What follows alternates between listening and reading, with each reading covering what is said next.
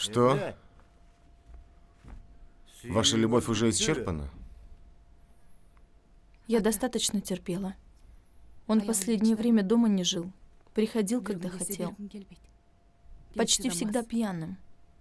И так и сяк просила со слезами бросить пить и играть. Не слушал. С девушками гулял. Сколько раз на все глаза закрывала. Теперь одна из них забеременела от него. Он живет с ней, а меня выгнал из квартиры.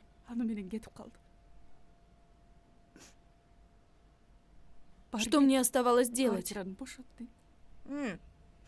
Если он выгонял, то нужно было с ребенком, не сказав нам слова, убегать, что ли? Думаешь, здесь он один все решает? Ты хоть понимаешь, какой семье и каким людям ты являешься снохой? Понимаю. Понимала и терпела. Но у меня не оставалось другого выхода. Этот сволочь уже достал меня. Может, теперь новая жена поставит его на путь истины. Айкен, то, что вы разводитесь, меня мало волнует. Но что будет с моей внучкой-то? Она ведь наша кровинушка. Ну как ты ее прокормишь? Пойду работать. Работать? И куда ты пойдешь работать? В школу, что ли? Твоих 100 долларов еле хватит себя прокормить, не говоря о ребенке. Я постараюсь найти работу с хорошей зарплатой. Все стараются. Но, увы, хорошая работа не всем суждена. Жизнь так устроена. Только часть, только элита может позволить себе все. А ты случайно попала в эту среду и теперь пренебрегаешь своим счастьем. Это счастье для меня потихоньку превратилось в горе. Раз ты так решила, можешь уходить. Но ребенка оставишь нам.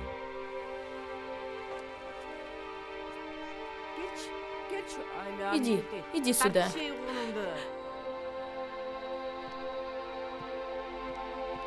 Нашей внучке лучше будет с нами в шикарном доме, чем с твоими родителями на новостройке. Мы ее вырастим образованной, культурной. Мама, прошу вас, не забирайте мою дочь. Папа, прошу вас, не разделяйте нас.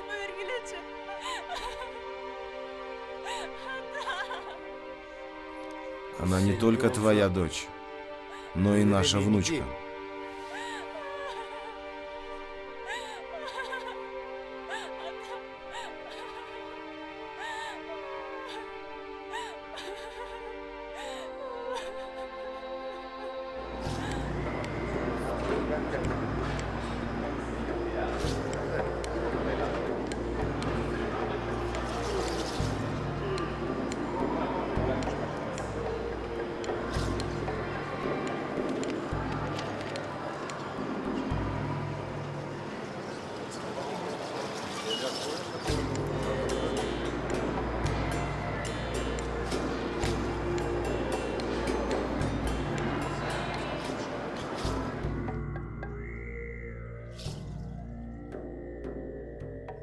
Ладно, значит, опять женился. Наши предки тоже имели по 2-3 жен. Но в отличие от тебя, они содержали их всех. А ты ни жен, ни себя не можешь прокормить. Пьешь, играешь. Ты уже и меня, и себя замучил. Когда я женился на Айкен, вы были против, что она не из знатной семьи. Вот теперь нашел по вашему вкусу, с хорошей семьи, аристократку. Хоть и с опозданием, но выполнил вашу установку, пап. Это мы еще посмотрим. Заживешь ли ты с ней, наконец, нормальной человеческой жизнью, без выпивки. Вот увидите, пить брошу. Только по праздникам, может, чуть-чуть. Ты мне это 100 раз говорил. Я сыт по горло твоими обещаниями. Ей-богу, я теперь точно понял, что путь этот к хорошему не приведет. Все, кончай. Еще одна такая выходка, и мне придется с тобой по-другому разговаривать. Пап, ну, пожалуйста, это последний раз. Очень выгодная сделка. Знаю я твои сделки. Сколько? 10 тысяч. Сомами? Что, долларами? Ты свихнулся? Ай, неблагодарная ты скотина. Опять проиграл, что ли? Сколько еще можно, а? Квартиру, машину профукал. Я их тебе снова купил. Если бы на другого не оформил, то опять пропали бы. Сколько на твое лечение ушло? Но толку нет. Теперь уж ни копейки от меня не получишь. Ты пьешь. Тот сволочь колется. То, что я собираю по крупинкам, вы бросаете на ветер мешками. С одной стороны вы, с другой стороны ваша мать. Еще из госорганов. Милиция, прокуратура, КГБ, судьи, финполиция, налоговики, районные, городские, республиканские, начальники отделов, заместители и руководители каждому дай. Одного провожаешь, стучится другой. А эти другие еще голоднее предыдущих. Как тут выжить? Они идут и идут один за другим, как цыгане возле порога стоят. Слушай, теперь время другое. Вон, всех сажают. Министров, депутатов, губернаторов. Всех. Ты понимаешь, даже не учитывают заслугу перед народом, государством. Как стучаться в дверь, так и стучится сердце. Боишься, не пришли ли с наручниками. Чтобы вас вырастить щенков лучше других, я вот так и превратился в коррупционера. Нет, доченька, это не дело. Даже если пьет, играет, гуляет, все это можно простить. Он еще молод, не наигрался. Вот увидишь, со временем остепенится. Пока надо потерпеть. На его месте любой другой, у кого есть деньги, поступил бы точно так. Не разрушай свое счастье, вернись к нему. Что верно, то верно. А что мы до этого не знали Эдика, что ли? Тот же ловелас и кутила. А кто не пьет? Я давно привыкла к его выходкам и терпела. Теперь его новая пассия беременна от него, он хочет жениться на ней. Ну и что? Вон, смотри, у всех богачей по 2-3 жен. Ты думай о нас тоже. Если ты уйдешь от него, то меня с работы вон вышвырнут. И на что нам жить потом? Мама и Акбар правы. Иди помирись с Эдиком. Не пойду и не буду жить с ним. Еще как будешь. Вон твои ровесницы. Чтобы выжить и в холод, и в жару, работают на рынках. Потому что их мужья не могут обеспечить, как твой. А ты с жиру бесишься. Не голодала, чтобы оплатить квартиру, денег не искала. Не унижалась ни перед кем. Благодари Бога за то, что есть, и иди к мужу. Надо будет, на коленях проси прощения, чтобы обратно принял. Развожусь. Пока жива, моей ноги в их доме не будет. Слушай, пойдешь. Если хочешь смерти, то я сам тебя убью. Помолчи. Господь велик. Все наладится. Что хорошего я видела в этой жизни? Вся жизнь проходит в мучениях. Когда ты вышла замуж за сына знатной семьи, радовалась. Думала, ты будешь счастлива за нас двоих. Не разрушай свое счастье. Жизнь сложная и горькая штука. Будь терпеливее. Если ослушаешься меня, то я откажусь от тебя, как от дочери.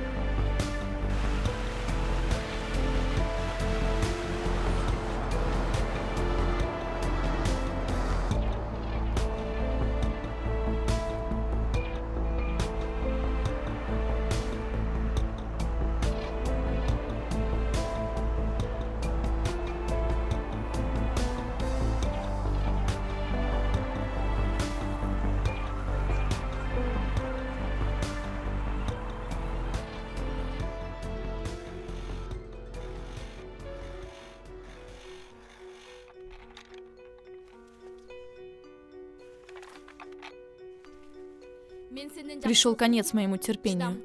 Хочу жить, как все в элитной квартире. Есть и одеваться, как пожелаю. Вчера на свадьбе Саки опозорились. Дали всего 1000 сом. А знаешь, как мне неудобно перед всеми было? Стыдно в глаза смотреть. Обернись вокруг. Посмотри, как люди нормальные живут. На дворе 21 век, а мы до сих пор живем в старом бараке. Потерпи, все будет хорошо. Когда? Я устала терпеть. Ты никогда не сможешь разбогатеть. А я не хочу свою жизнь тратить на неудачника. Поэтому я с тобой разведусь. Подумай хотя бы о ребенке. Ты хочешь оставить его без отца? Вот как раз из-за ребенка я хочу уйти от тебя. Я найду ему отца побогаче, который может подарить ему счастливое детство. Может, положила глаз на своего шефа? Может. Может, отец моего сына и есть он. Сейчас же закрой свою пасть, а то... А что? Ударишь? Ты на это не способен. Хватит, не вынуждай меня. Я устала от тебя. Ненавижу тебя. Ухожу от тебя. Проваливай.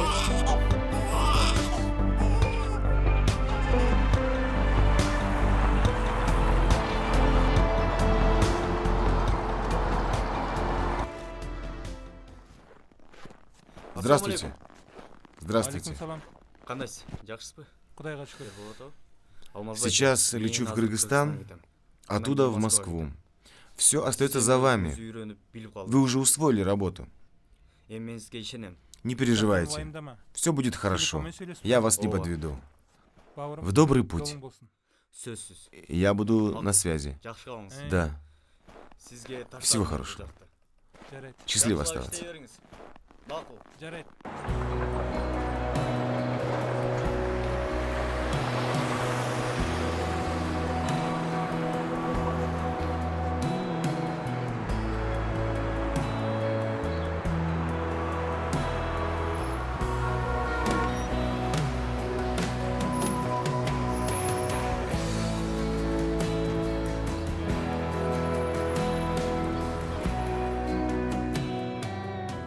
Большое вам спасибо за вашу помощь, за вашу поддержку. Шеф Малик собрался в Кыргызстан. Да, в течение 3 лет только один раз и был, и то на пару дней. Тоскую по родным краям, особенно по матери и сыну.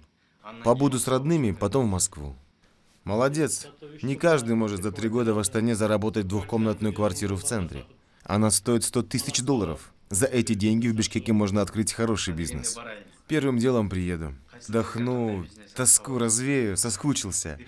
Потом уже рынок изучу. Конечно, можно будет что-нибудь придумать. Молодец, мой кыргызский племянник. Пришел со $100, уезжаешь со 100 000 долларов. Уверен, что так и до миллиона недалеко. Я старался не ради больших денег, а чтобы просто нормально, по-человечески жить. Большое спасибо вам, братья-казахи. Поддержали в трудные времена. А то у нас сейчас кризис. Казах, кыргыз, древние братья. В трудные времена постоянно друг друга поддерживают.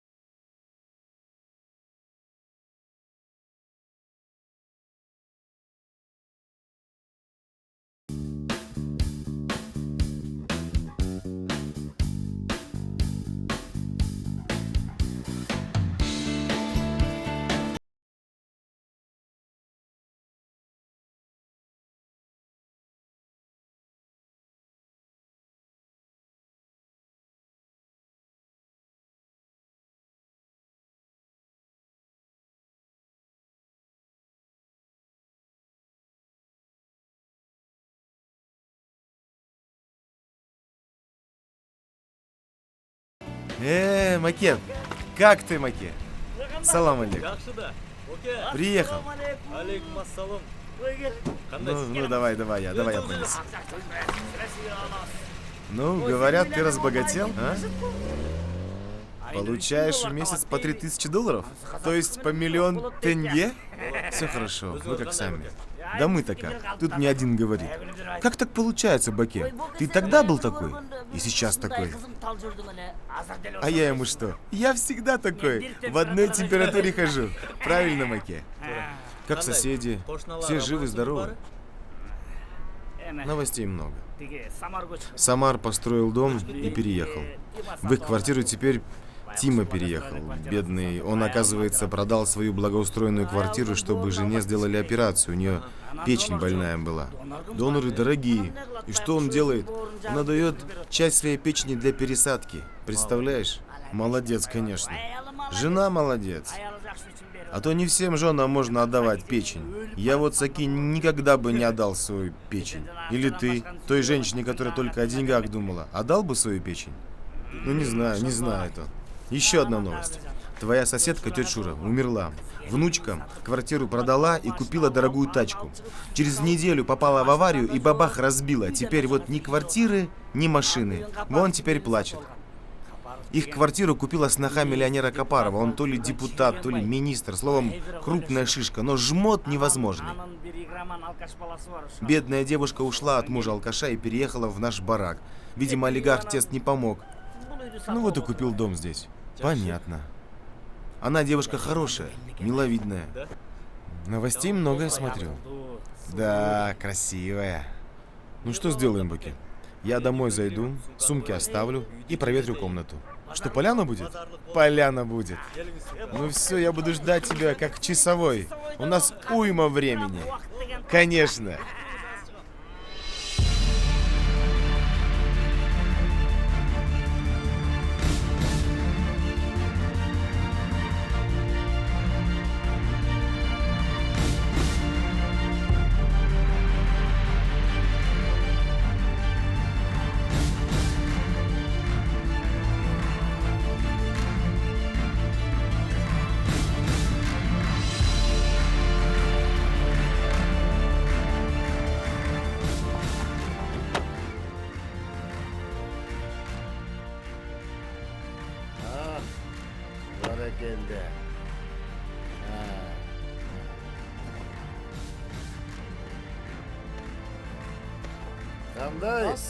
Добрый день, уважаемый. День добрый. Сапар Бекенович, во время той сессии, когда рассматривался вопрос, касающийся нас, вы нас поддержали со своими партийцами. Спасибо вам большое. Мы ведь давние братья. Как не поддержать друг друга в такие моменты? Подарок наш принесите.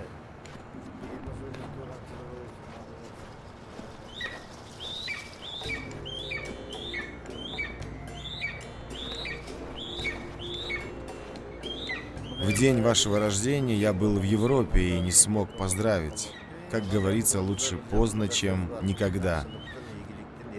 Примите, пожалуйста, наш скромный подарок. Будьте всегда победителем, орлом парламента. Спасибо большое. О, большое спасибо. Взгляните под крылья.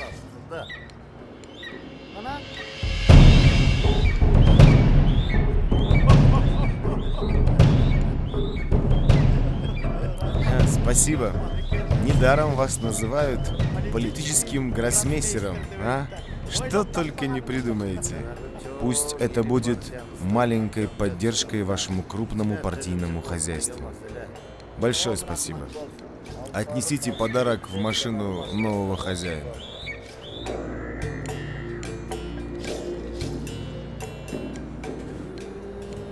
До выборов осталось совсем немного. Как идет подготовка? Скоро собираюсь в родное село. Встречусь с избирателями.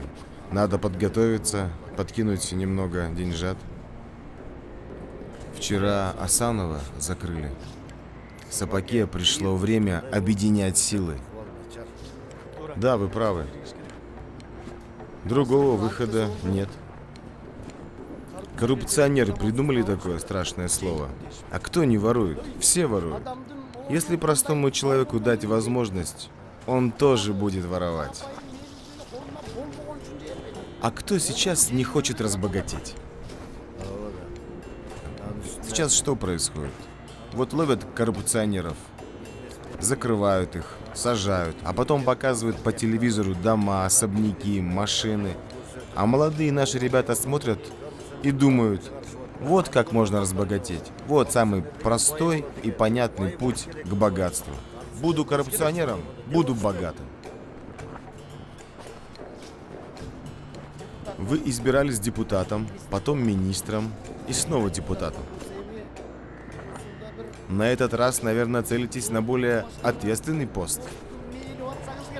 Нет.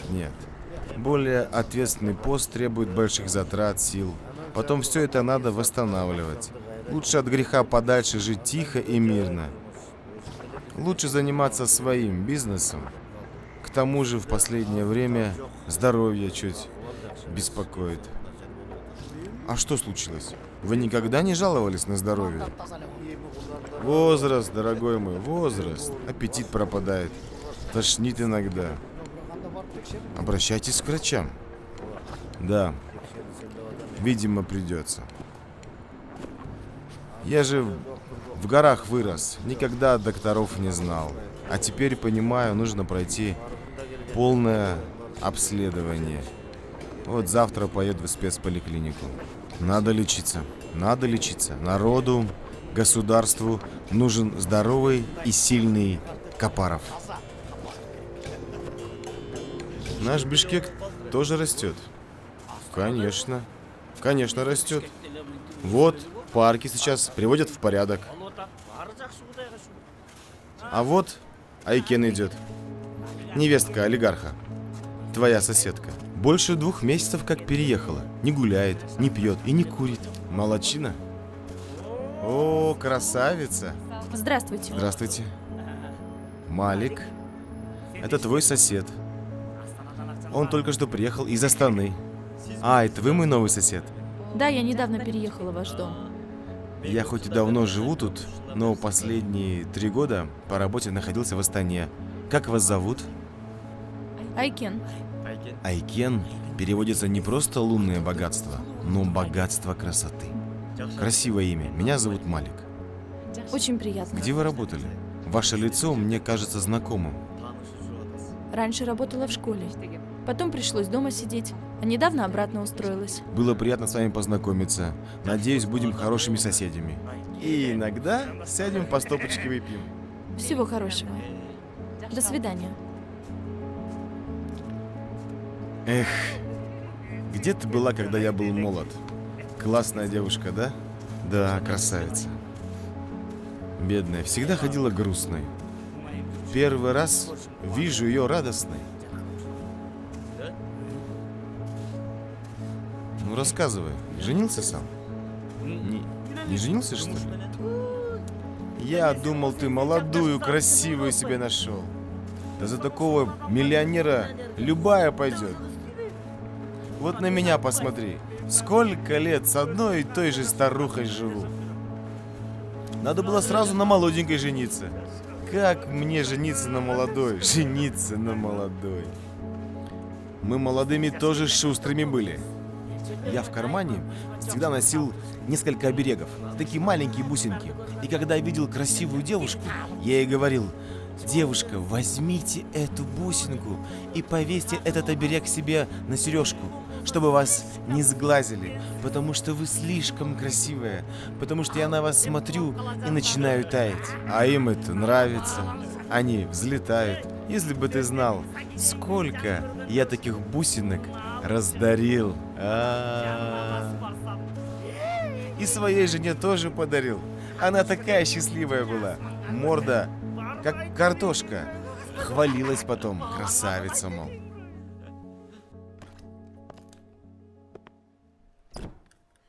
Здравствуйте. Где вы говорите адрес? А окончательно какая цена?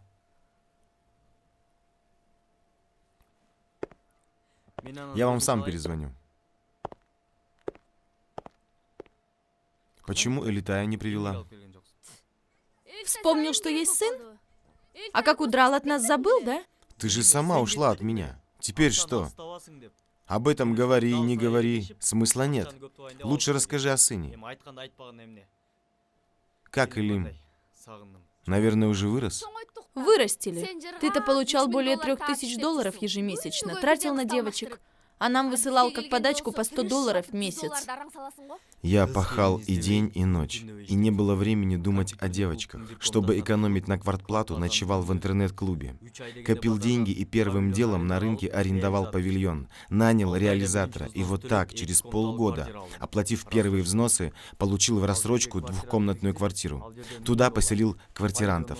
Так зарплаты 1000, с павильона столько же, из квартплаты столько. Каждый месяц по $3000 ушло на погашение кредита. Было нелегко, но терпел, чтобы создать фундамент на будущее.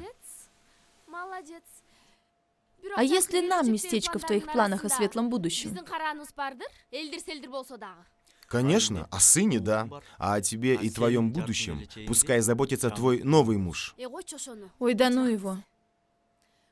Я думала, он богатый, выпивает, веселится. Оказывается, все, что есть, он пропивал. Давно развелась с ним.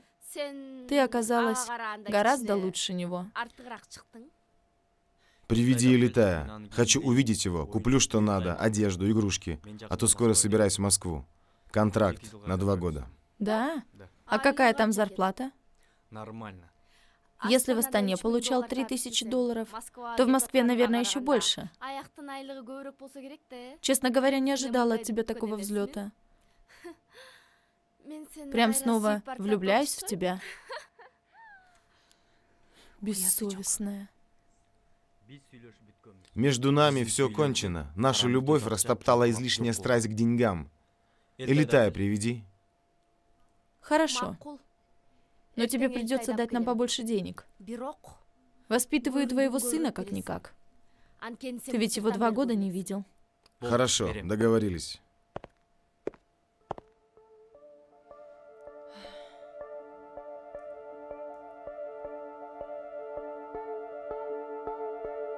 Ты вернулся? Что сказали? Телефон не берешь. В больнице был? Что происходит?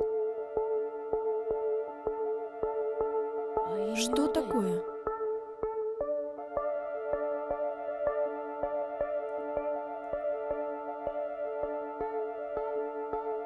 Рак.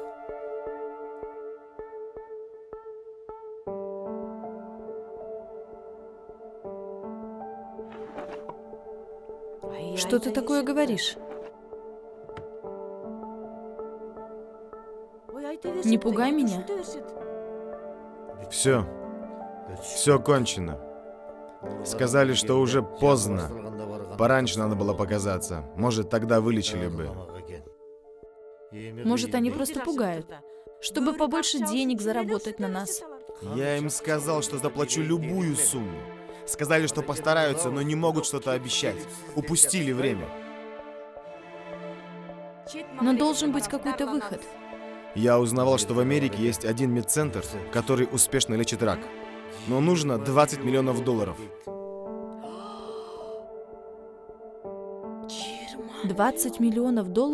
Да, У нас же нет такой суммы. есть. Продадим торговый центр. Бишкек-парк продашь? Прекращай. А как мы тогда жить будем? Как вы будете жить? Будете жить? Вы что за люди такие, а? Тут человек умирает. Что вы за люди? Вы люди или кто вы?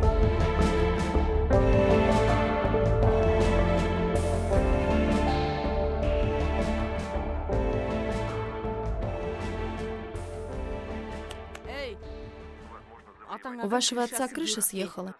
Вот гулял с молодой. Мало того, что сам заслужил наказание, так теперь хочет все распродать, а нас голыми на улице оставить. Вам ничего не останется. И как быть? Будем бороться. А как быть? Что нам остается делать? И что нам надо делать? Мальчики, ему все равно конец. Остался месяц или 2. Будет лучше, если ему помочь. Мам, вы что говорите? Как, мама? На пищу или напиток. Посыпать немного яда. Мама, я смотрю, не у папы, у тебя крыша поехала. Это нечеловечно. А что человечно? А? Он со мной что, человечно поступал? Бросил меня, ушел к этой шлюхе.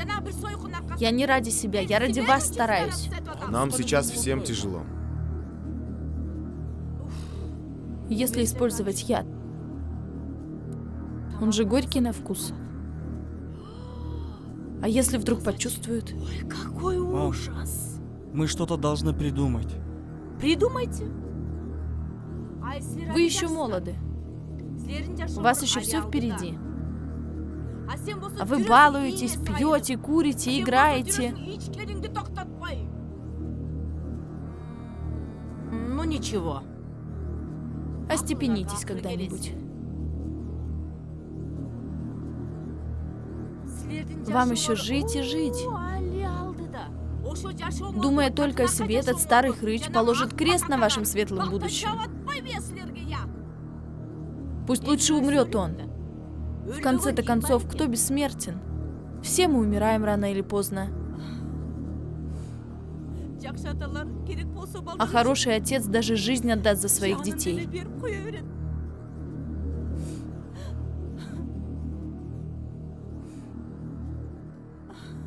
Что же я такое говорю?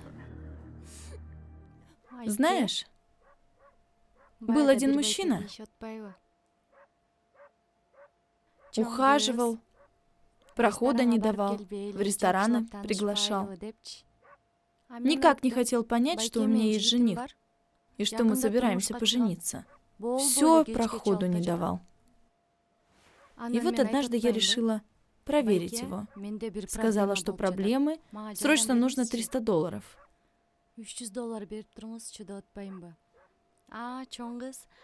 Тот обещал найти деньги и перезвонить, но так и исчез.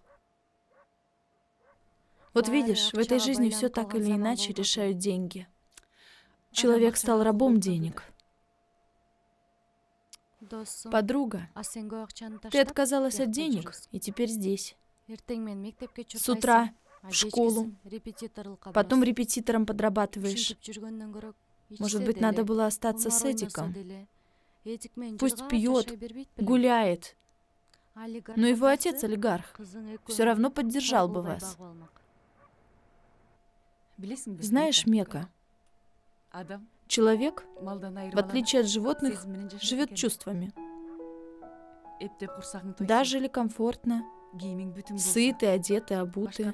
Но это ведь не все. Конечно, отец-олигарх обеспечивал всем необходимым. Подарками заваливал.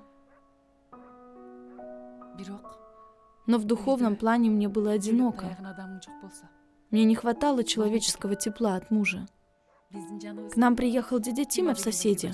Представляешь, жене отдал половину печени. Вот мужчина. Печени? Да. Да, настоящий джентльмен. Это высший пример проявления любви в жизнь. Вот такие пары, я считаю, самые счастливые. Оказывается, есть мужчины, которые по-настоящему любят жен. К тому же Эдик пьет, гуляет, играет в азартные игры. Обычно Божья благодать обходит таких людей стороной.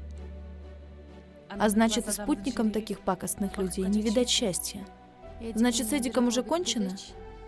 Между нами давно все кончено. Ну тогда присмотрим тебе жениха. Ты еще молода и красива. Знаешь, ведь для мужчины главная внешность. Кстати, у нас есть один крутой дядя, как раз разведен. Может, тебя с ним познакомить? Мека, Я не просила тебя найти жениха. Прекращай. И вправду. У тебя что, жениха спрашивают, что ли? Дура. Мы с тобой поздороваться пришли. Да, поздороваться. Присаживайтесь, я чай заварю. Чай не надо. Хлеб же есть. Ставь, ставь, мы не торопимся. Сиди. Стаканы. Стаканы принеси.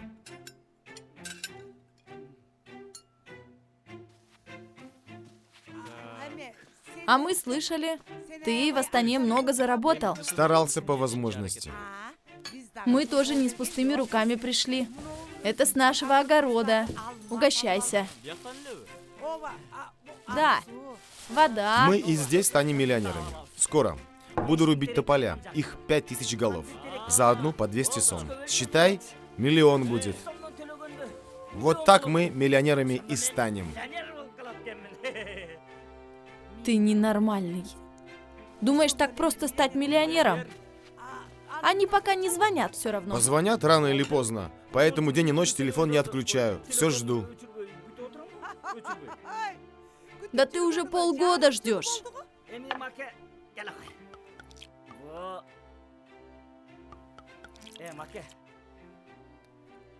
Поздравляю с миллионами. С миллионами живи до 100 лет. Более 100 не надо. Поехали. Почему более 100 не желаешь, жмот? 100 лет вот так хватит. Если я дожил бы до 100, то без сожалений с песней ушел бы. А ты не пьешь почему? Нет, я не пью. А мы пьем. Да, мы пьем.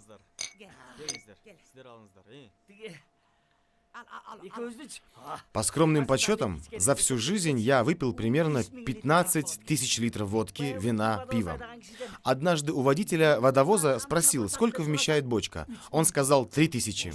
Значит, я 5 водовозов спиртного выпил. А сколько на эти 15 000 литров денег ушло? 1,5 миллиона сомов. Могли стать миллионером.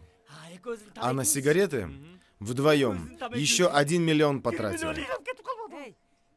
Ну так я же меньше тебя пью. А ты пьешь в 2 раза больше, значит пропиваешь больше денег.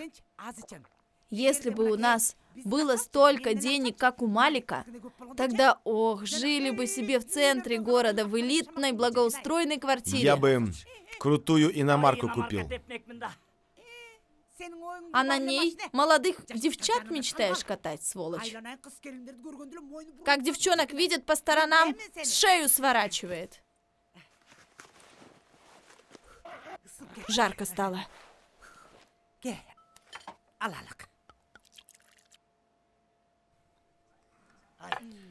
У Джамала Акташского есть 5000 тополей. Вот подходит время их рубить. Я все срублю. Так мы договорились. Предложил свои услуги, он согласился. И не мечтай. Ты только и делаешь, что о хорошем мечтаешь, что все хорошо в мечтах у тебя будет, а Бог все видит, просто так ничего не даст. А о чем мечтать? Мечтать, чтобы тебя машина сбила? Или чтобы инфаркт был? Или чтобы ты банкротом был? А? Ты и так постоянно банкрот, у тебя денег никогда нету. Боке, чем же вы будете рубить их? У него дружба есть. За счет зарплаты дали бензопилу. Ох, как повезло. Вот людям пилю дрова и деньги пачками кладу в карман. Иногда хорошо зарабатывает. Тогда сытно едим, все отлично. Но это не всегда бывает так. Он лодырь. Лежит дома, не работает. Говорю, давай ищи работу, а то деньги-то сами тебя не найдут. Такой лентяй, такой лентяй. Подождите. Эй, злые духи, уйдите с этого хорошего человека. Уходите, уходите. Ой, подхалим какой, а? Если бы достиг профессионального уровня подхалимства, то не здесь, а в Белом доме сидел бы. Есть зерно правды в ваших словах. Я когда-то работал в госслужбе. Там приходится подлизывать вышестоящего начальника. Это мне не понравилось. Есть те, Кому это нравится? Они в своем подхалимстве видят свое счастье. Подхалимство — еще один путь к счастью. Давай выпьем. Однажды случайно оказался в кругу высокопоставленных чиновников. Эй, когда это ты там был? Там одного влиятельного политика несколько подхалимов хвалили словами, которых я и в жизни не слышал. Таких слов, наверное, и в кыргызско-русском словаре не найдешь. К тому же в госорганах зарплата маленькая. Поэтому многие запачканы коррупцией. Вот-вот, посадят тебя, инфаркт получишь. Когда все это начал понимать, ушел оттуда, поменял костюм-рубашку на джинсы и футболку. И с головой ушел в бизнес. Душа спокойна, сон крепкий. Да, вот уже 3 дня сплю по 12 часов. Давайте споем. Ты слышал? Эта сволочь хорошо поет. Нет? Хочешь послушать, как поет он? Можно на нем сыграть? Да, конечно. Это подарок моего отца. Билек кылган эле.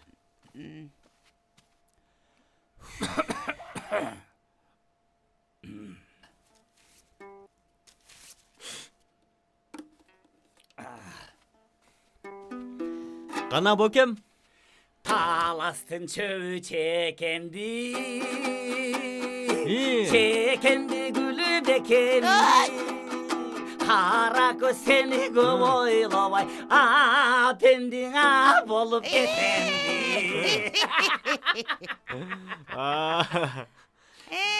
от болуп сенсиз жанып турган кассадан акча алып турган мас болуп кээде кеч келгенде мазгамды сенсиң чагып турган аялым ай алтыным ай чөнтөктү сенсиң кагып турган Дурачок.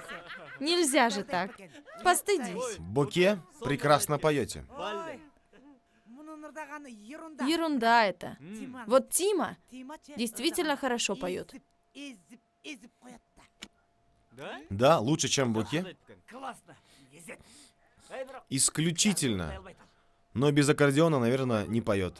Из-за денег ему пришлось свой аккордеон продать. Прощался с инструментом, пел и плакал. Что за аккордеон у него был? Немецкий? Спроси. Маке, одолжи нам 1000 сом. Ладно, сейчас. Надо было сразу 2000 просить. Когда это закончится, еще 1000 попрошу. Боке. Спасибо. Пойдем, водка кончилась. Да. Надо будет пилить дрова, обращайся.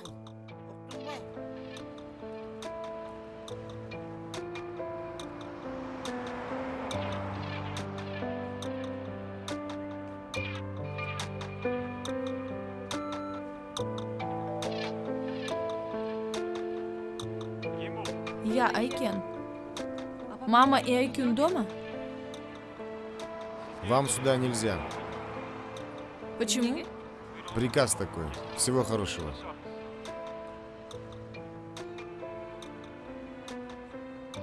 Скажите маме, я на 5 минут. Я же вам объясняю. Вам сюда нельзя. Тогда я подарок здесь оставлю. Передадите? Хорошо.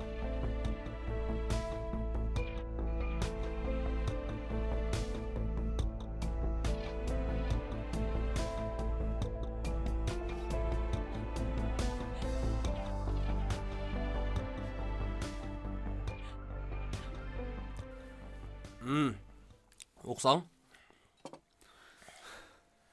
Мен жүргөн жерлер кызыксыз. Сен жүргөн жерлер жомоктой. Азыр.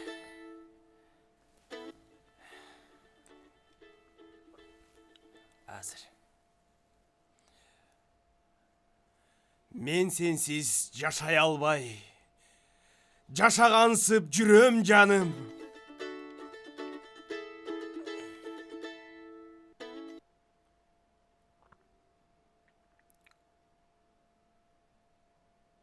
Сен мени сүйбөй койсоң, бүт шаарды өрттөбөйм. Что? Иштеке. Красиво. Сон Это новые стихи? жаңырларың бар. Меня сделали составителем сборника стихов про настоящую любовь. На обложку поместили мои строки. Что скажешь? Замечательно. Твой телефон ни на минуту не умолкает. Минутку. Минутку. Алло, Да. да. Здравствуйте. Сейчас. Девушка, я сейчас занят. Давайте я вам перезвоню. Достали уже. Кто? Девушки. Наоборот, это же приятно, когда девушки звонят. Мой бывший одногруппник работает в газете «Суперинфо». Мы сидели, и он предложил сделать интересное объявление в уголок знакомства. Тут я вспомнил тебя и написал. И что написал? Ну подожди, послушай. 3 года работал за рубежом. В материальном плане нашел все, что искал, но свою спутницу еще не нашел. С тех пор телефон не умолкает. Но, увы, эти девушки не мне, а получается к тебе звонят.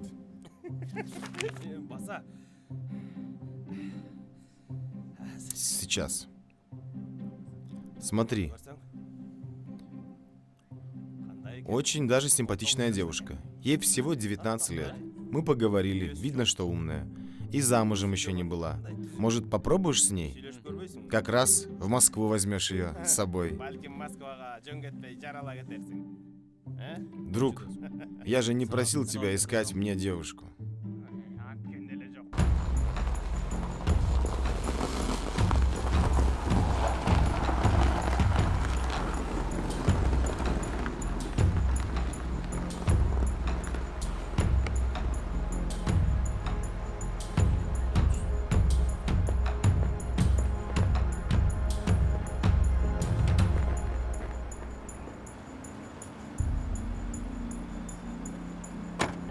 Вот он, священный человек, о котором я говорила.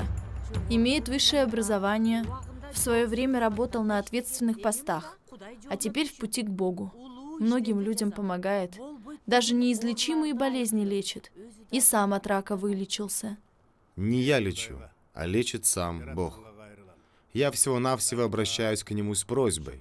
Милосердный Бог не оставляет людей в беде, когда к Нему обращаются.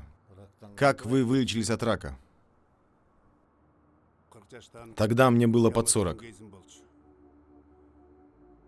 Заболел как-то и пошел в больницу. Врачи проверили на УЗИ и сказали, что рак. Нужно было срочно сделать сложную операцию. Шансов было 50 на 50. Если не делать операцию, то оставалось полгода жизни. Что делать? Долго думал, решил, лучше полгода поживу. И ночью убежал из больницы. Бросил научную работу, сразу поехал в горы, чтобы чистым воздухом надышаться. Там нашел лекаря. Он назначил есть змею, пить жир животных и лечебные травы. Шаг за шагом все исполнил, как он сказал. Вроде начал чувствовать себя лучше. Прошел год. Силы прибавились. Потихоньку приходил в себя.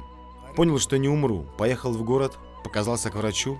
Он меня увидел и удивился, что жив до сих пор. Проверил на рентгене и не поверил своим глазам. Раковая опухоль отступила. Это означало, что я победил болезнь. Врач как родной поцеловал и поздравил. Не иначе как чудом это не назовешь. Вот видишь, даже рак можно победить. Это милость от Всевышнего. Как потом стали лечить людей? Когда я думал, что потерял все, Природа и уединение с Богом вернуло мне жизнь, и мне больше не захотелось вернуться в город. Я остался в горах, устроился работать лесником. Но вскоре все узнали, что я вылечился от рака, и люди начали обращаться за советом. Чтобы им помочь, начал изучать старые методы народной медицины. Так и не заметил, как всецело ушел в это дело. Вот так стал народным лекарем. Но не всем ведь удается победить рак. Несмотря что медицина шагнула вперед, все еще бессильна перед этой страшной болезнью. Все болезни человеку посылает Бог. Добрый и милосердный Господь прощает нас, грешников, когда мы раскаиваемся от чистого сердца. А как правильно просить прощения у Всевышнего? В чем вы можете быть виноваты? Во-первых, это надо разобрать. Вы очень богатый человек. Чтобы накопить такой большой капитал, наверняка пришлось пройти через многое, совершать грехи, обижать людей. Это все налегло на вас тяжким грузом. Вы наверняка по ночам плохо спите. Священнейший, прошу вас, облегчите наше положение. Дайте что-нибудь из своих чудо-снадобий. Может, Бог помилует, и оно поможет нам хоть чуть-чуть. Дорогой господин, вижу, вы богоугодный человек. Я подсознательно чувствую ваш внутренний мир. Вы когда-то были более честным и порядочным, а сейчас ваша душа измучена. Вначале, по рассказу вашей жены, я думал, что вы кровожадный, продавший душу дьяволу существо. Но сейчас я понимаю, что все иначе.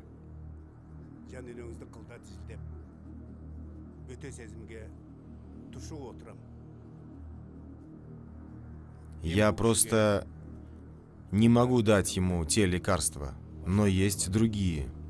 Почему? Вы считаете, что я малую сумму заплатила? Хорошо, я еще добавлю. Сестренка, не все в жизни измеряется деньгами. Истину ни на какие деньги не купишь. Что может быть дороже жизни человека? Я не могу рисковать и пойти на это сомнительное дело, что может навредить кому-то серьезно. Поэтому возвращаю вам ваши деньги. Заберите это. Оно не мое.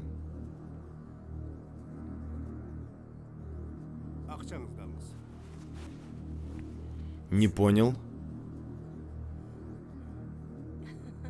Что это за лекарство? Ну, это чудо-лекарство. Это не мое лекарство. А этому человеку я дам другое лекарство. Сестренка, дорогая, и жизнь, и смерть посылает нам Бог. Сучка. Значит, ты хотела меня убить? Сейчас сама выпьешь этот яд. Господин, у вас много денег. Врагов тоже наверняка немало.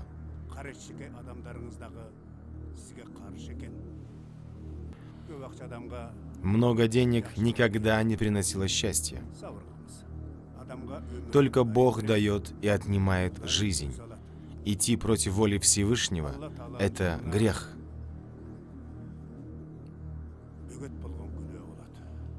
Ах ты, вот теперь я тебя понял. Спасибо, брат. Как вас отблагодарить? Благодарите только Всевышнего, а мы всего-навсего Его рабы. И все мы идем к добру Его.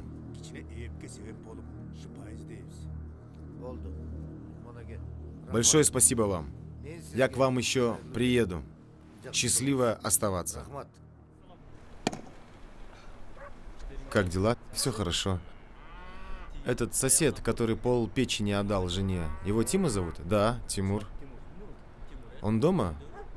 Да, дома. Вдвоем приходите в гости. Проходите.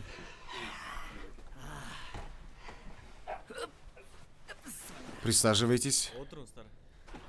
Мен сіздерге Я вас шақырған позвал, себебі- чтобы...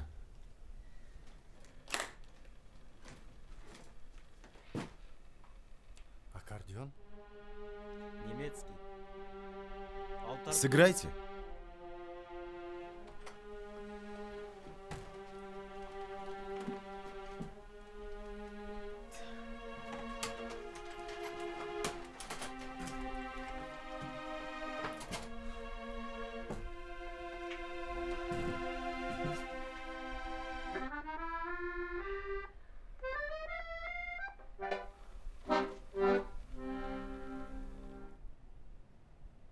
Как?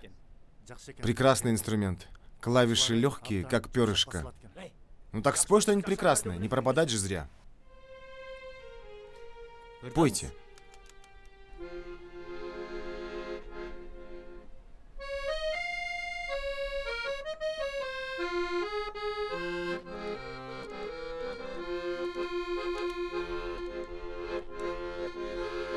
Ağarıp aytandın atkanı Kızarıp gündün batkan oy Kızıksız mağa ömürdün Özünsüz ötüp жатканы Подожди. Сен баягы. Спой мою любимую. Какую? Песню про мою печаль. Сен өчпөдүң сезимден.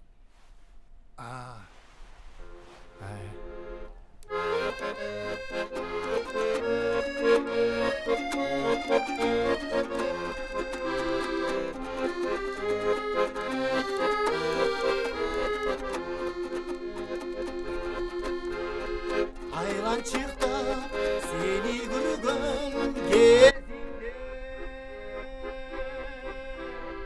Ay yıldızdı kara çumunay gözünde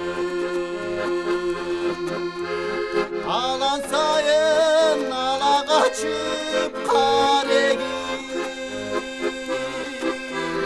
Ata kanat oşondoğunay gözüme Жылдар өтіп, жылдыз өчіп, жашты өтіп, ай жалын өчіп. Жалғыз ғана сен өчпөйсүң ай сезімден. Жалғыз ғана сен өчпөйсүң ай сезімден. Прям за душу берет. Превращает сердце в мягкие пирожки. Спасибо. У вас действительно сильный голос. Талант. Понравился аккордеон? Прекрасный. Бұл аккордеон Это емес. вам от меня подарок.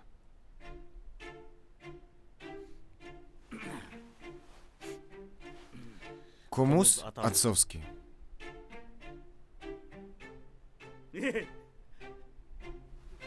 Все равно молодец. Наш Малик настоящий миллионер. Он в Астане каждый месяц по 1 000 000 тенге зарабатывает. Считай, деньги мешками гребет. Пусть это будет символичным началом нашей дальнейшей дружбы. У меня к вам деловое предложение о совместном сотрудничестве. Ты Тиме предлагаешь работу? Да. Возле рынка я купил двухэтажное здание. На первом этаже расположен магазин, а на втором – кафе. Хочу, чтобы вы были во главе этого бизнеса. В кафе можете организовать живую музыку, сами играть на аккордеоне. Четверть прибыли будет ваша. В месяц выходит примерно по 70 000 сом. 70 000 сом? Это $1000. В Бишкеке это очень большая сумма. Дали бы мне половину этих денег, я хоть языком пол облизать готов. Так вы согласны? Будем работать? Конечно, надо соглашаться. Даже не знаю. Это так неожиданно. Если доверились, то постараюсь оправдать. Какой молодец. Правильно поступил. Господин Маке, магазин, еще и кафе — это двойной успех. Поздравляю. Теперь это дело надо вдвойне отметить. Как вы думаете? Давайте руку. Договорились? Договорились. Будем работать.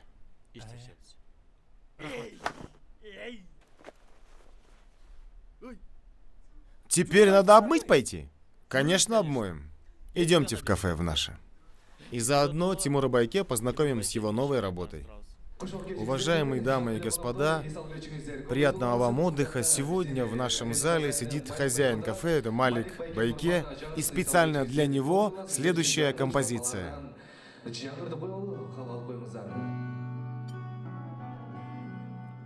Маке, ты теперь можешь здесь хоть с утра до вечера веселиться, кушать все, что пожелаешь, и слушать песни Тимы. Эх, жизнь малина. Дай бог.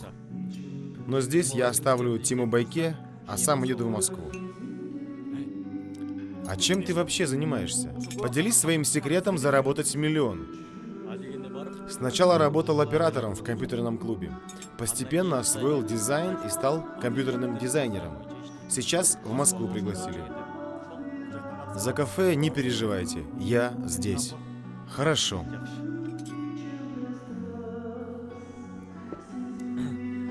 Итак, Тимур Байке, я в Москве. В Астане работает павильон. Вы работаете в магазине и кафе. Если всю эту прибыль мы соединим, то мы построим 3-й этаж, 4-й этаж. Вот так мы свой бизнес и расширим. Мы об Астане мечтаем, а он в Москву едет. Если бы я был на твоем месте, я бы тут сидел бы, получал бы удовольствие, смотрел бы на молодых девушек, пил бы, ел бы и ничего не делал бы. Выпьем за сказанное. За успех нашего предприятия.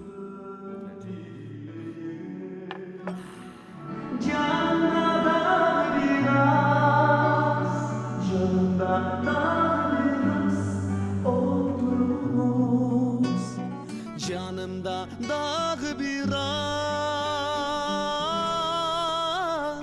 oldurunuz.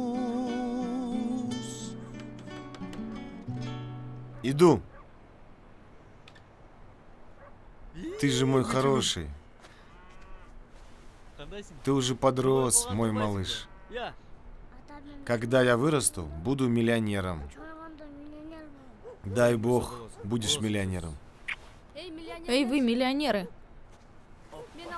Я уезжаю в Алматы работать. От тебя, от Камала толку мало. Лучше сама буду заниматься коммерцией. Думаешь, только ты умеешь делать деньги? Пока сына оставлю тебе. Ты хоть и свинья, но отец. Купи ему все необходимое. Одежду, игрушки и не забудь накормить. Спасибо тебе. Мы теперь с сыном будем гулять по городу. Пойдем в Бишкек-парк? Пойдем. Играть во все возможные игры. Ты дашь мне много денег.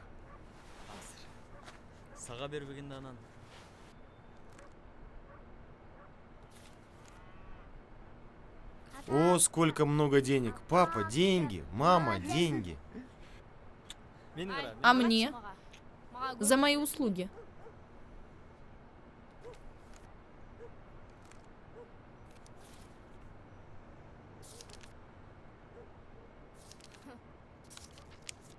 И это все? Еще? Разве хватит?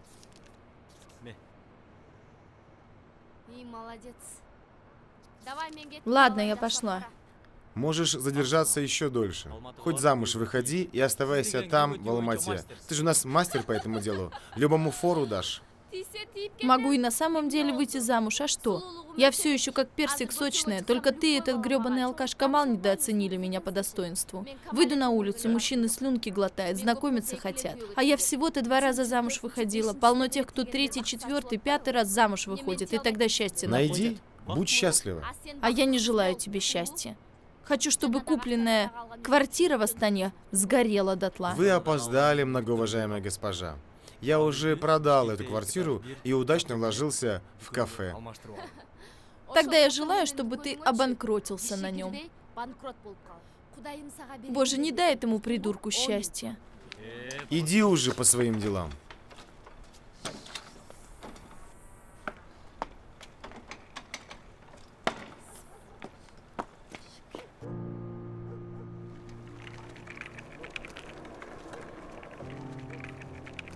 Летай, ты велосипед купил? Как настоящая машина. Хорошая машина, да? Хорошая машина, да. Давай обмоем твою машину. Не надо мыть. Он еще новый. Мы обмоем не водой, а тортом. У вас дома есть торт? Да, у меня дома есть самый вкусный торт. Пойдем, хочешь угощу? Моя машина тоже поедет? Конечно. Вставай, я помогу привезти твою машину. Ты поиграй, мы тебя тоже угостим. Пойдем.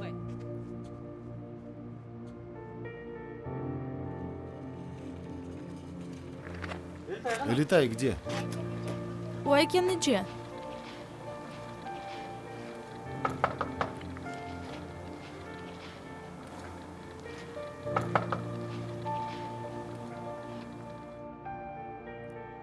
Торт кушаешь? А, это вы. Здравствуйте. Мне Здравствуйте. сказали, мой сын у вас? Да, проходите. Нет, спасибо. В другой раз, в торжественной обстановке. Позовите Илима, пожалуйста.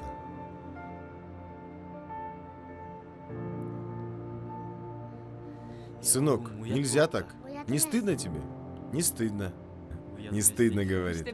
Ребенок же. Жаль, это нам надо было первым угостить вас. Не стоит беспокоиться. Летай, а давай мы с тобой пригласим к нам тетю. Это не тетя, это мама. Пойдемте к нам на чашечку чая. И так живем совсем рядом, дверь в дверь. Хорошо, я зайду. Хорошо. Пойдем. Нет, не пойду. Пойдем, пойдем. Спасибо. А ты здесь поиграй пока, хорошо? Мы ждем вас. Играйте.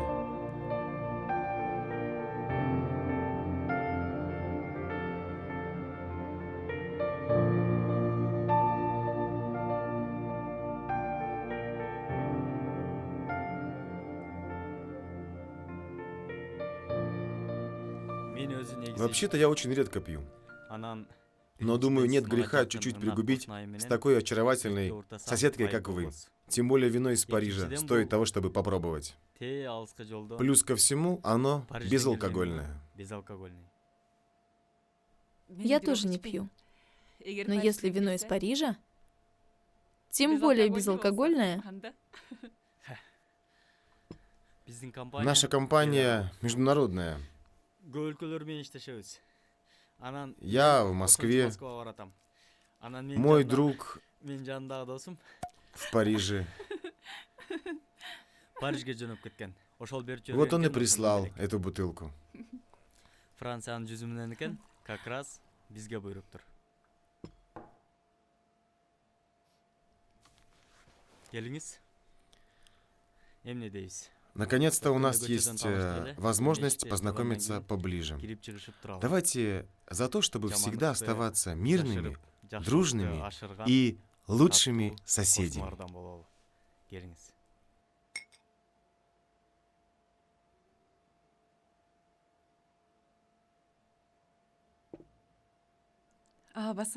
кстати, поздравляю вас с приобретением кафе.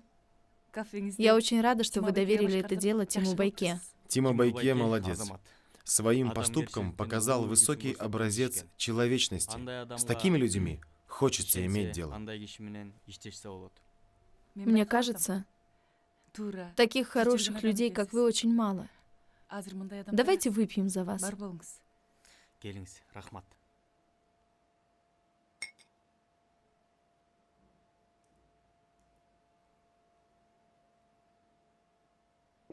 Иногда я думала, почему вы разошлись? У вас такой ребенок. Это был вынужденный шаг. Мы не могли дальше оставаться вместе. аргасыз болдум. Кому хочется разрушить свой семейный очаг? Но иногда обстоятельства вынуждают. Знаю по своему опыту. Знаю. Откуда вы знаете? Отсюда все слышно. Наши комнаты разделяет только одна тонкая деревянная стена. Что верно, то верно. На самом деле все так отчетливо слышно. В последнее время я ходила на носочках, чтобы не разбудить вас. Боитесь разбудить спящего дракона? Нет, просто хорошего человека. А то нынче люди более испорченные и жестоки. Обменивают свою человеческую сущность на временную выгоду и удовольствие. А вы другой.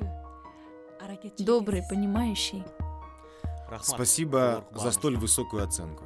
В поисках счастья бродим по каменистым дорогам под названием «Жизнь», несмотря на то, что давно уже извелись. Бир турмуштан уш жеп. Вы не расстраивайтесь, у вас еще все впереди. Господь Бог не оставляет таких, как вы. У вас светлое будущее, не сомневайтесь. Теперь поднимем бокал за вас. Не только близкое мне по дому, но и по сердцу.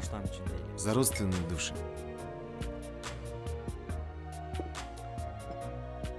Мир, конечно, не без добрых людей.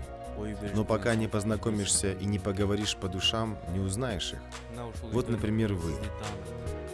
Я много видел людей, которые любовь, человечность и честность обменяли на богатство, а вы, наоборот, сами отказались от роскошной жизни. Это не каждому под силу. Спасибо. Помните, когда я вас первый раз увидел, то сказал, что вы мне кого-то напоминаете. Да, и кого же?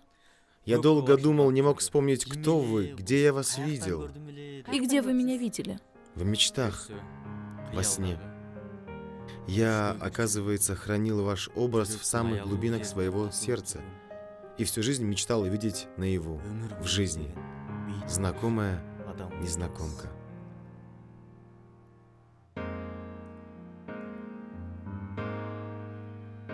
Я пойду. Побудьте еще чуть-чуть. Мне пора. Надо готовиться к завтрашним урокам. Оставайтесь.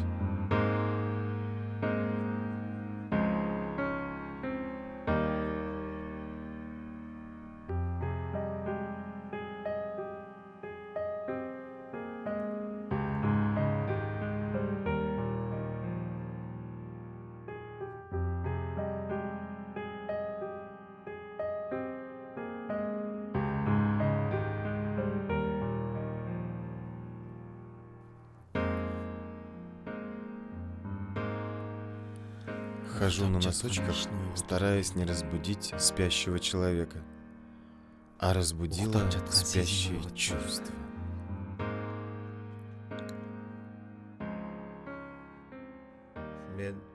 У меня была тяжелая жизнь.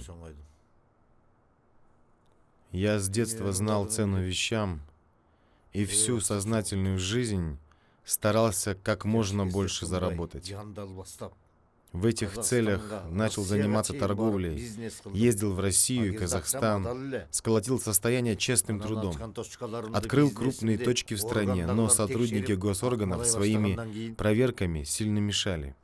Чтобы защитить бизнес, пришлось идти в депутаты. И тут словно деньги заколдовали меня. Чтобы побольше урвать со всеобщего состояния, стал министром. Дети росли.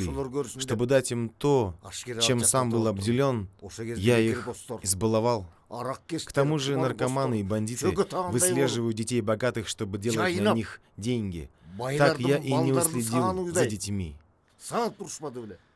Власть и богатство издревле портило людей. В молодости болел за народ, государство, был патриотом. Потом незаметно алчность засосала, чтобы я и моя семья жила лучше других, постепенно превратился в коррупционера. После последней встречи с вами был в Америке. Там, в лучшем медцентре, сказали, что опоздал. Не могут помочь. Тогда по приезду пригласил нотариуса, собрал свою большую семью, половину акций поровну поделил между всеми членами семьи, включая зародыша. Каждому получилось по $1,5 миллиона.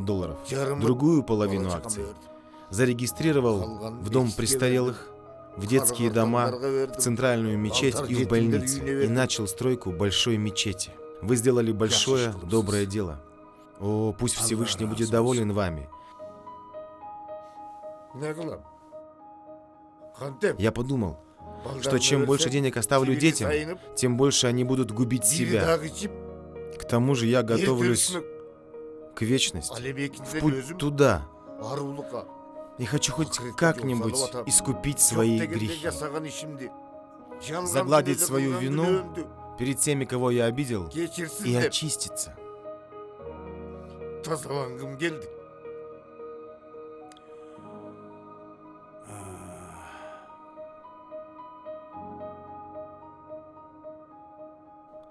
Дай Бог, чтобы Всевышний принял ваши молитвы и очистил вас от грехов.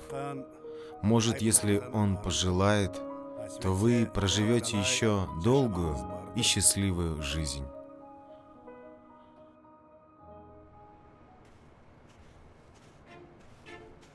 Маке, послушай меня. Маке, катастрофа. Что случилось? Джамал Сакташа обещал позвонить, но не звонил. Поехал сам и увидел, что его сын сам во дворе рубит тополя. Жмот. Чтобы сэкономить, он взял у кого-то дружбу в аренду. И сам все делает. Эх, мои миллионы. Потерял я все. Как теперь жить?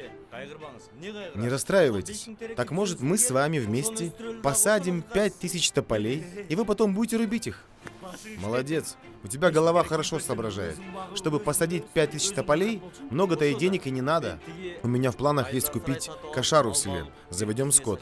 Посадим вокруг деревья. Это и будет вашим бизнесом. Было бы замечательно. Я пойду к Саки сообщу хорошую новость, а то она совсем духом упала. Чуть с ума не сходит. Баке, я завтра еду в Москву. Вы присматривайте за моим домом, хорошо? Не беспокойся. Всеми глазами буду следить за твоим домом. Здравствуйте. Здравствуй, красавица. Мы вот провожаем Малика в Москву. Уезжаете? Мы с Тимой проводим тебя до аэропорта. Не утруждайтесь, меня провожают друзья. Ну, давай, береги себя. Всего хорошего. Спасибо. Извините. Когда вернетесь? Наверное, через год, как получу отпуск. Надолго, значит. Таковы условия контракта. Хорошо. Желаю вам удачи. Вечером у меня намечается встреча с друзьями в кафе. Может, пойдете с нами, развеетесь? Спасибо, но я занята, не обижайтесь. Берегите себя. Хорошей дороги. Спасибо.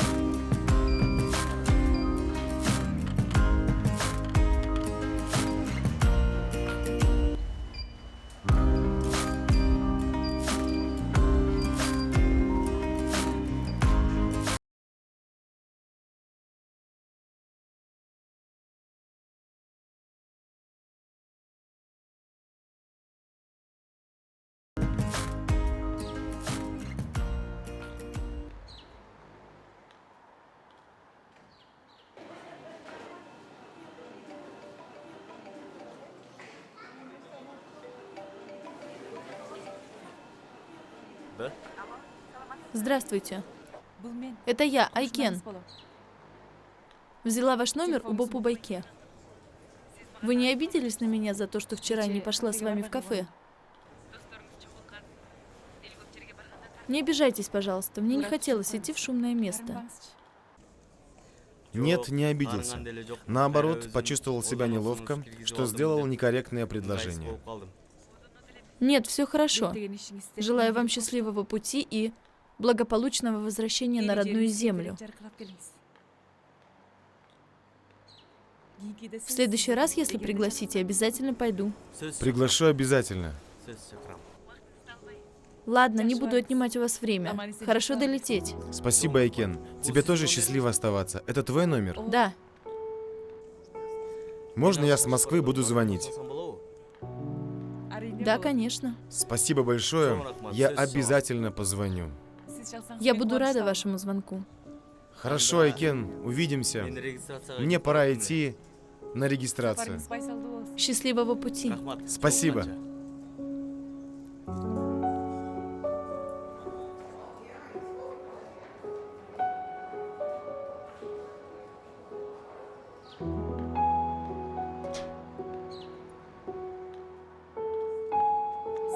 Здравствуйте. До свидания.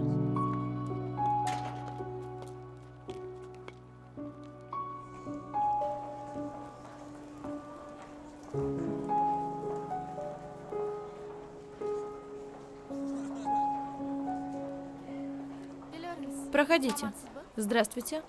Отпустите. Атыңыз кім? Айкен, мен сізде салатқым кен деп, тынчын албайын деп, ақырын қимылдачы болдым. Мен кетіп отам. Қачан келесіз? Бір жылдайын келем бұйырса. Бір жылға чейін келбейсіз бе? А можно паспорт? Я еще не закончила. Верните паспорт. Молодой человек, не задерживайте. Регистрация закончится. Сейчас. Что с вами? Вам плохо? Да, мне очень плохо. Врача позвать? Нет, у меня другая болезнь. И лекарство от этой болезни я оставил в Бишкеке. Как же вы могли забыть в Бишкеке лекарства? Надо с собой брать. Странный. Вы правы. Надо так и сделать. До свидания. Заставил нас ждать только.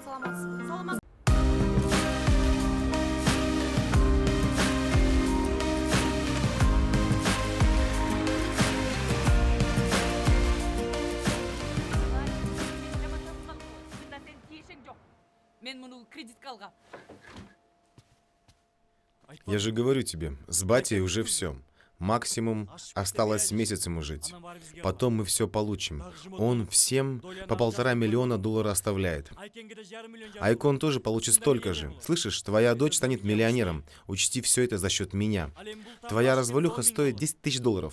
Через месяц я тебе дам вдвое больше. И купишь себе нормальную квартиру. Если не веришь, заверь ему нотариуса. Хочешь? Нам не нужны ваши грязные миллионы. Верни мне мою дочь. Миллионы можешь оставить себе. Мы сами своим трудом построим свое будущее. Идиотка, ты жалеешь эту вонючую квартиру для меня? Уходи. Не смей приходить ко мне больше. Забудь дорогу к моему дому. Сучка, если не понимаешь нормальных слов, я тебе еще покажу. Дочку свою больше никогда не увидишь.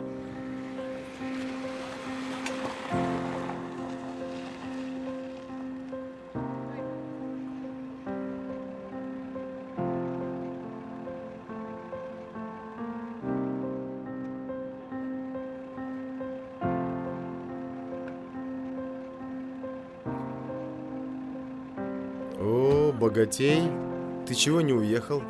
Теперь посадим тополей, да? Вышли важные дела. Тополя в другой раз. Хорошо?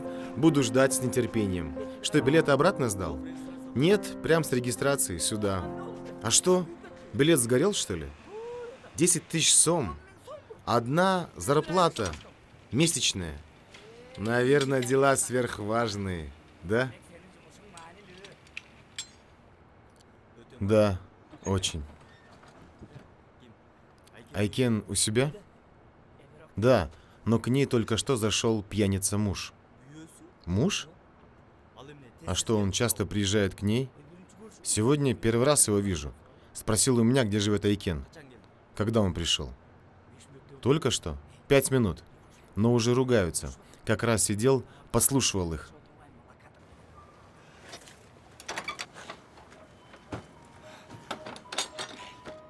Уходи немедленно, я милицию позову. Твоя милиция? Милиция — это ерунда. Дашь 1000, честь отдадут. Не смеши и не пугай меня. Думаешь, я по такой деревне, как ты, скучаю? Ошибаешься. Ты тоже больше не подходи к нам, шлюха. Не смей говорить так обо мне. В такой грязной хате могут жить только грязные и бракованные люди, как ты. Думаешь, у тебя будет нормальная жизнь? Забудь! Тварь неблагодарная. Да кому ты теперь нужна? Кто посмотрит на тебя? Чао! Убирайся!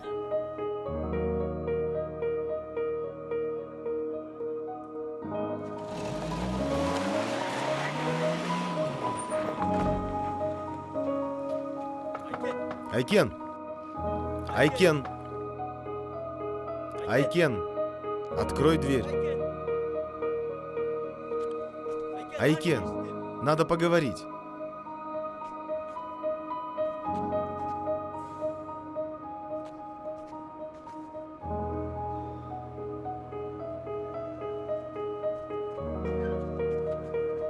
Ай, богатей, все хорошо? А? Боке, ваша бензопила дома? Да, дома. Вот вам аренда. Несите. Я буду дома. Поторопитесь.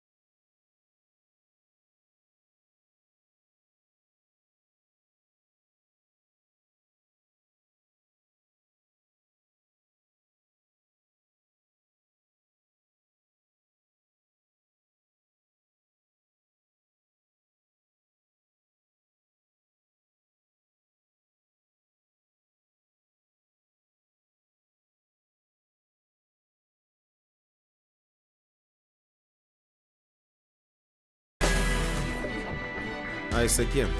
Малик постучался к Айкен. Та не открыла. Тогда он взял мою пилу и стал распиливать Ужас, стену. значит, он разрушил ее квартиру, бедная Кен.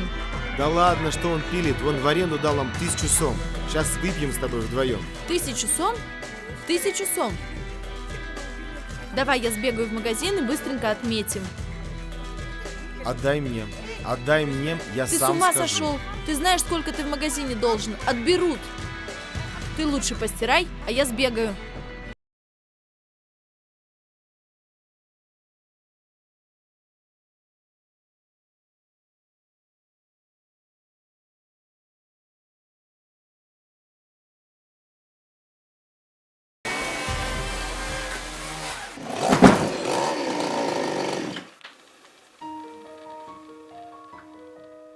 Вы поломали стену в моей квартире.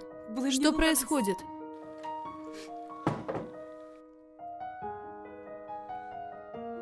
Я не разрушил твою квартиру. Я просто соединил твою квартиру с моей.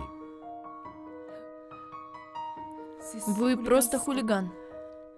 Да, я очень грозный хулиган. Вы не уехали? Я не смог уехать.